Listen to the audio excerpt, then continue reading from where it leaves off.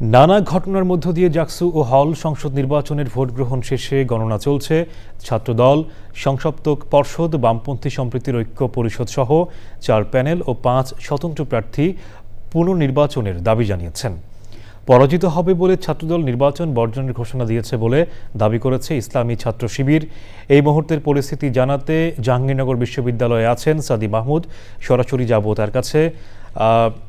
সাদি, মধ্যরাত জাকসু নির্বাচনে তো এখনও ভোট গণনা চলছে, কখন নাগাদ শেষ হতে পারে এবং নির্বাচনী কর্মকর্তারা কোনো কিছু বলেছেন কিনা?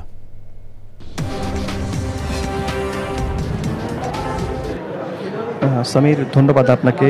জাকসু নির্বাচনের সবশেষ আপডেট যদি আপনাকে জানাতে চাই, এখনও কিন্তু আসলে গণনা চলছে এবং রাত 10টার পর কিন্তু এই গণনা আসলে শুরু হয়েছে।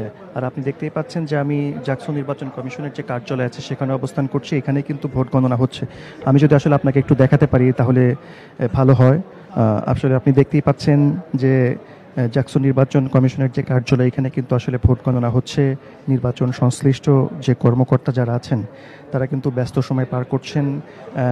যেহেতু 21টি হল সংসদ নির্বাচন, তারপর কেন্দ্রীয় সংসদ নির্বাচন, আর সেক্ষেত্রে অনেকটা সময় আরও লাগতে পারে বলে আমরা জানতে পেরেছি।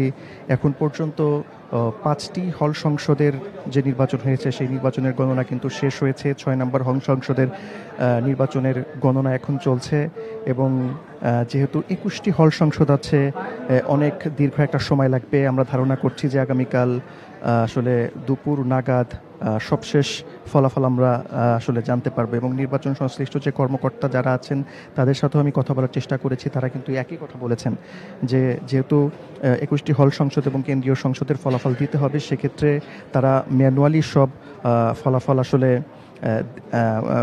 মানে গণনা করছেন। সেক্ষেত্রে অনেকটা সময় লাগবে এবং আগামীকাল মানে শুক্রবার দুপুর 12টা, 1টা বা 2টো নাগাদ সম্পূর্ণ ফলাফল তারা ঘোষণা করতে পারবেন বলে সেই কথা তারা আসলে জানিয়েছেন। এবং আপনি জানেন যে আজকে সকাল 9টায় ভোট গ্রহণের পর থেকে কিন্তু ক্যাম্পাসে একটা উৎসবমুখর পরিবেশ বিরাজ করছিল। আমরা দেখেছি যারা শিক্ষার্থী যারা আছেন তারা কিন্তু উৎসাহ উদ্দীপনা নিয়ে কিন্তু ভোট কেন্দ্রে গিয়ে ভোট দিয়েছেন। দুপুরের পর কিছুটা উত্তেজনা ছড়িয়েছে, দুই পক্ষে বিপক্ষে পাল্টাপাল্টি অভিযোগ ছড়ে দিয়েছে। এক পর্যায়ে কিন্তু ভোটের অব্যবস্থাপনা এবং সুষ্ঠু হচ্ছে না এই অভিযোগ তুলে কিন্তু ছাত্রদল বর্জন করেছে। এর পাশাপাশি আরও কয়েকটি বাম সংগঠনের প্যানেলগুলো কিন্তু বর্জন করেছে। এবং আপনি যেটি বলছিলেন যে ছাত্র শিবির সমর্থিত যে প্যানেলটি আছে সেই প্যানেলটি কিন্তু বলেছে যে ছাত্রদল বুঝতে পেরেছে যে এই নির্বাচনে তারা হেরে যাবেন, তাই তারা আসলে বর্জন করেছেন। এবং রাত 8টা বা 9টার দিকে কিন্তু আমরা দেখেছি ক্যাম্পাসে ছাত্রদল কিন্তু একটি বিক্ষোভ মিছিল করেছেন। তারা বলেছেন যে এই নির্বাচন কমিশনকে আসলে বর্জন করতে হবে, তাদের পদত্যাগ করে তারা পুনর্নির্বাচনের আসলে দাবি জানিয়েছেন। এই বিষয়টি তারা উল্লেখ করেছেন। সামির, আপনাকে আমি আরও একটি বিষয় জানাতে চাই। কিছুক্ষণ আগে বাংলাদেশ গণতান্ত্রিক ছাত্র সংসদ সমর্থিত যে প্যানেলটি আছে সেই প্যানেলটিও কিন্তু সাংবাদিকদের সাথে কথা বলেছেন। সংবাদ সম্মেলনে আয়োজন তারা করেছিল। সাংবাদিকদের প্রশ্নের জবাবে তারা বলেছেন যে এই নির্বাচন তাদের কাছেও আসলে সুষ্ঠু হয়নি, নানা অব্যবস্থাপনার কথা তারা তুলে ধরেছেন এবং এটি বলেছেন যে নানা অব্যবস্থাপনা থাকলেও তারা আসলে ভোটে থাকছেন, তারা ভোট বর্জন করছেন না এবং যে ফলাফল দিবেন সেই ফলাফল তারা আসলে মেনে নেবেন।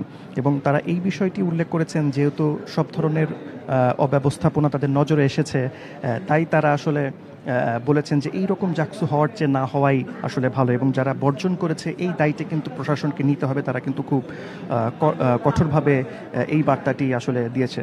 তো ইসলামীর সবশেষ যে অবস্থা আপনি দেখতেই পাচ্ছেন যে কমিশনের কার্যালয়ে আমি অবস্থান করছি। এখানে ভোট গণনা চলছে। যারা নির্বাচন সংশ্লিষ্ট কর্মকর্তা যারা আছেন তারা ব্যস্ত সময় পার করছেন। আমরা আশা করছি এবং নির্বাচন কমিশন থেকে পাওয়া তথ্য মতে আমরা জানতে পেরেছি যে সম্পূর্ণ ফলাফল প্রকাশ করতে কিন্তু শুক্রবার দুপুর 12টা বাজতে পারে।